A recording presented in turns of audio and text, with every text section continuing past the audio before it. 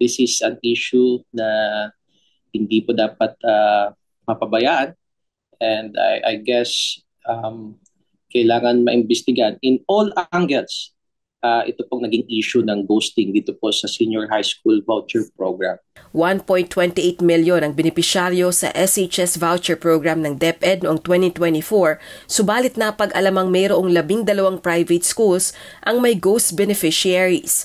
Giit ni Congressman Bonggalon, kailangang maumpisahan sa lalong madaling panahon ang parallel probe. Oras na magkaroon ng formal na referral sa House Good Government and Public Accountability. Nakahanda ang komite na talakayin ang issue ng umano'y ghost beneficiaries sa Senior High School o SHS Voucher Program ng Department of Education o DepEd. Well, kung sa atin naman ipinasa yan, di tayo gagawin din po natin kung ano po ang trabaho natin. At syempre, ito'y mga issue na mahalaga na dapat din natin tugunan.